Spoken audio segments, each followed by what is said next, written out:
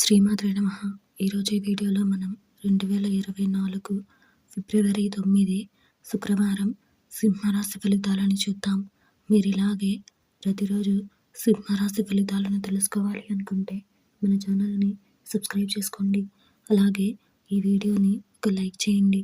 Me friends and family మెంబర్స్కి share చేయండి. ఇంకా విషయంలోకి వెళ్తే ఫిబ్రవరి 9 శుక్రవారం సింహరాశి వారికి సంబంధించి సోదరులతో వివాదాలు పరిష్కారమవుతాయి.